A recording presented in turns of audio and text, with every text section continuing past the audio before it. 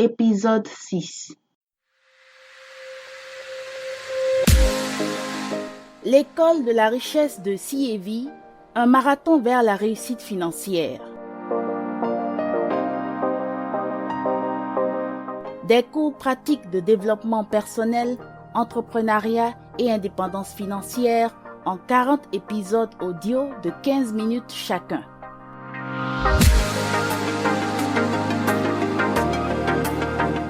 L'école de la richesse de CEV, une production de CEV Consulting, présentée par Eliane Dakpogan, consultante en langue et communication.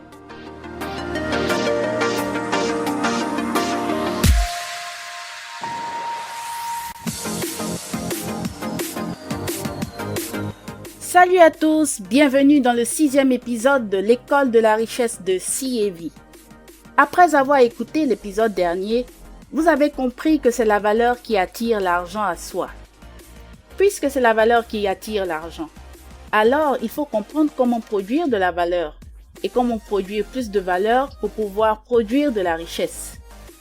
Cependant, il y a certaines choses en particulier qui vous empêchent même de produire cette valeur nécessaire pour attirer effectivement l'argent à vous. Dans cet épisode, nous allons donc voir quels sont les 6 obstacles majeurs à votre réussite financière. Une grande majorité de personnes souffrent d'un sentiment de contradiction vis-à-vis de l'argent.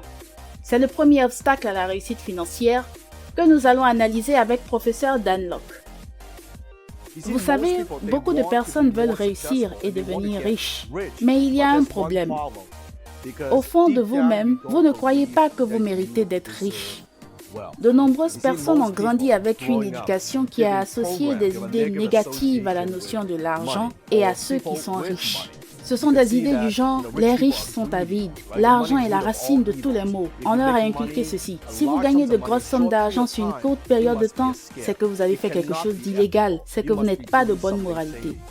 Mais vous ne vous rendez pas compte que vous réagissez en fait par rapport à ce qui a été ancré dans votre esprit. Donc, vous devez comprendre que quand vous avez des pensées négatives sur des gens qui ont de l'argent, il est difficile pour vous de réussir financièrement. Vous voulez réussir et avoir beaucoup d'argent dans un premier temps.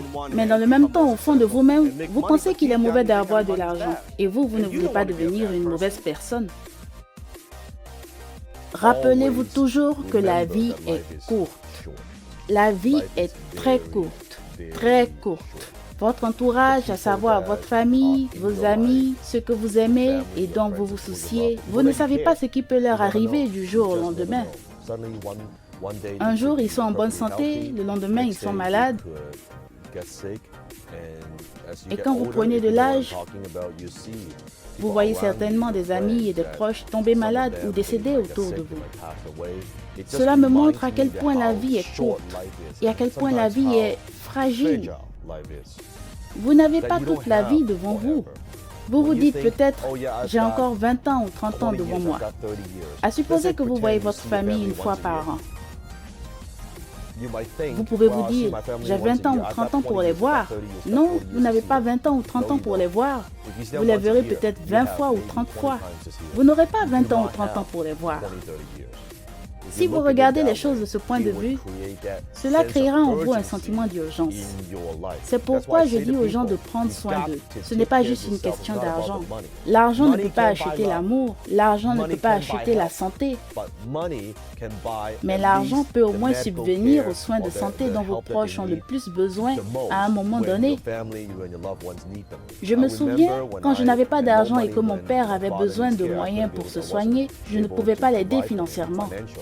Mais heureusement, à présent, je suis à l'aise financièrement et je peux au moins prendre soin de ma mère quand elle est malade. Je peux le faire pour elle. Les gens disent que l'argent n'est pas important. Bien sûr que l'argent est important. Alors, si vous avez la mentalité d'un élève humble qui est toujours en train d'apprendre, qui grandit toujours, qui sait que la vie est courte, si vous avez ce sentiment d'urgence, poursuivez ce que vous voulez atteindre. Ne perdez pas de temps. Ne perdez pas de temps du tout. Allez voir votre famille. Si vous perdez du temps et que vient le moment où ils ont besoin d'aide et que vous ne pouvez pas les aider, je ne vous dis pas à quel point l'impuissance dans laquelle vous serez sera le pire des sentiments que vous pourrez ressentir. On dit souvent que vouloir, c'est pouvoir. Vous avez la volonté de relever votre niveau de vie. Vous voulez vraiment gagner plus d'argent. Mais vous êtes encore confronté à un autre obstacle majeur à votre réussite financière. Professeur Myron Golden revient sur les 4 niveaux de valeur qu'il avait présentés dans l'épisode précédent. Vous allez comprendre que l'autre obstacle à la réussite financière, c'est la manière dont vous produisez vous-même de la valeur.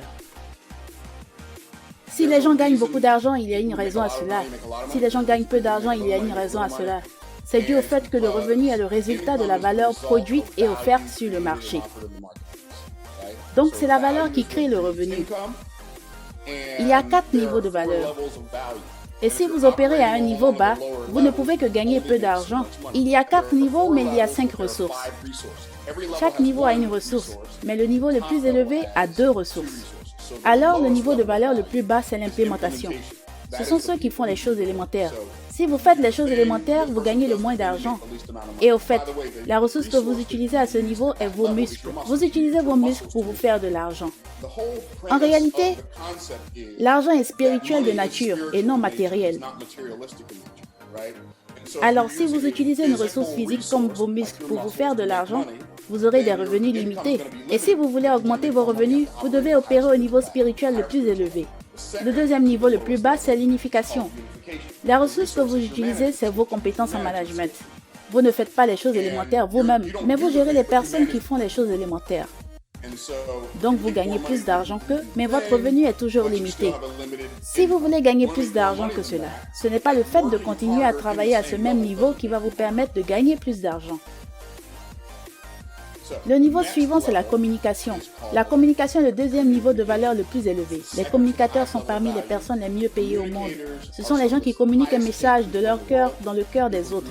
Et ils utilisent leurs mots pour émouvoir les gens. Et ceux qui deviennent de bons communicateurs peuvent gagner beaucoup d'argent. Et la ressource que vous utilisez pour vous faire de l'argent, c'est votre bouche.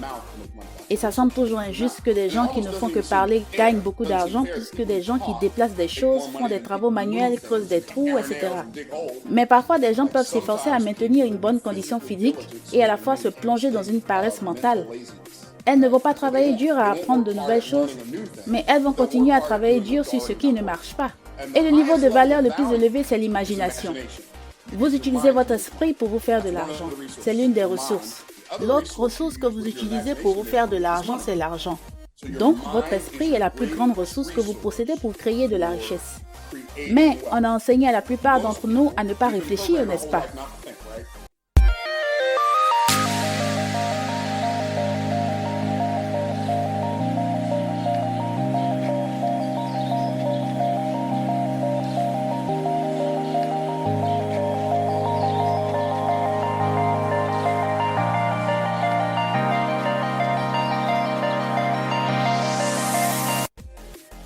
Dans cet épisode de l'école de la richesse de CAV, nos experts répondent à la question suivante. Quels sont les 6 obstacles majeurs à votre réussite financière? Dans la première partie de cet épisode, nous avons vu les 2 premiers obstacles majeurs. Premièrement, les préjugés que vous avez nourris sur l'argent. Deuxièmement, le fait que vous opérez à un niveau de valeur inférieur. Quel est le troisième obstacle majeur? Si vous n'arrivez pas à augmenter votre valeur, c'est parce que vous n'avez pas développé les compétences nécessaires. Écoutons professeur Dan Lok. Pensez à ces 2 choses, le désir et la compétence. Vous pouvez avoir le désir de réussir, c'est bien. Par exemple, votre désir peut être ceci. Je veux m'acheter une nouvelle maison. Je veux rembourser mes dettes. Je veux aider ma mère. Je veux acheter une nouvelle voiture.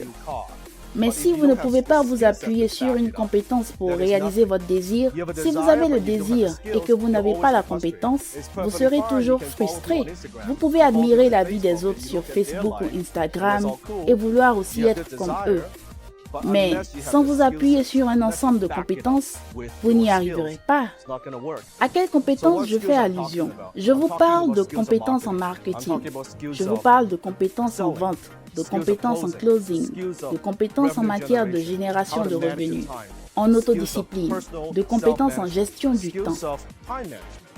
Voici autant de compétences à développer si vous voulez devenir riche. Alors, à vous de choisir. Soit vous vous contentez uniquement d'avoir des désirs et aucune compétence en appui. Dans ce cas, vous serez frustré pour le reste de votre vie. Ou bien vous avez des désirs auxquels vous associez un ensemble de compétences. Dans ce cas, vous avez quelque chose de concret qui vous permettra de créer la vie que vous souhaitez avoir. Alors, ne soyez pas de ceux qui critiquent les riches. C'est parce qu'ils n'ont pas les compétences. Ils sont tout simplement jaloux et envieux. Regardez plutôt en votre fort intérieur.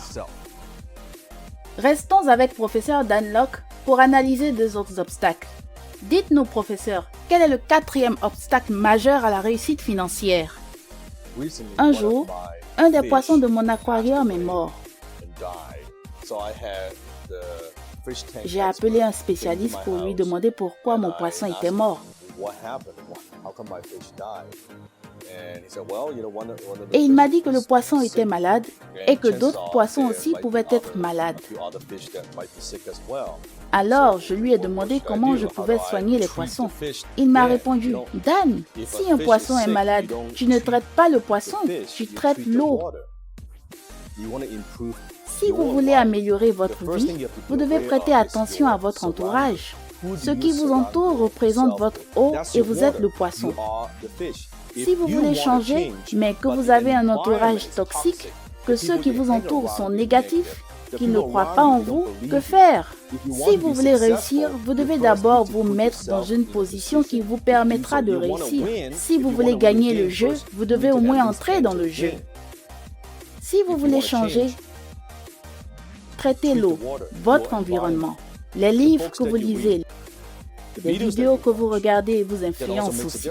Même les événements auxquels vous participez. Alors, ne trouvez pas d'excuses pour dire que vous n'y pouvez rien si les choses sont ainsi. Personne ne vous force à regarder la télé et à ne pas lire un livre. Personne ne vous force à passer du temps avec telle personne et pas avec telle autre personne. Vous avez toujours le choix. Soit vous vous donnez des excuses, soit vous donnez des résultats. Pour aborder l'autre obstacle majeur à la réussite financière, professeur Dan Lok revient encore sur comment gérer l'argent que vous gagnez. Quand vous ne savez pas gérer l'argent que vous gagnez, même si vous en gagnez beaucoup, vous allez tout simplement finir fauché. Analysons alors ce cinquième obstacle. Pour gagner beaucoup d'argent et devenir riche, il y a tellement de compétences que vous devez maîtriser.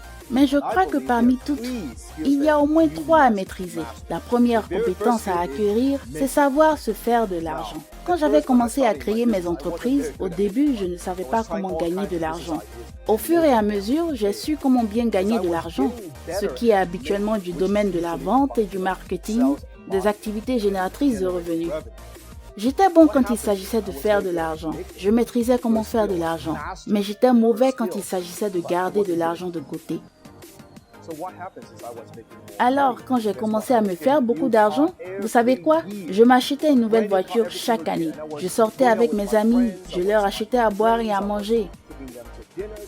Mais le problème était que je ne gardais pas de l'argent de côté. Mais en réalité, je gaspillais énormément mon argent dans des choses stupides.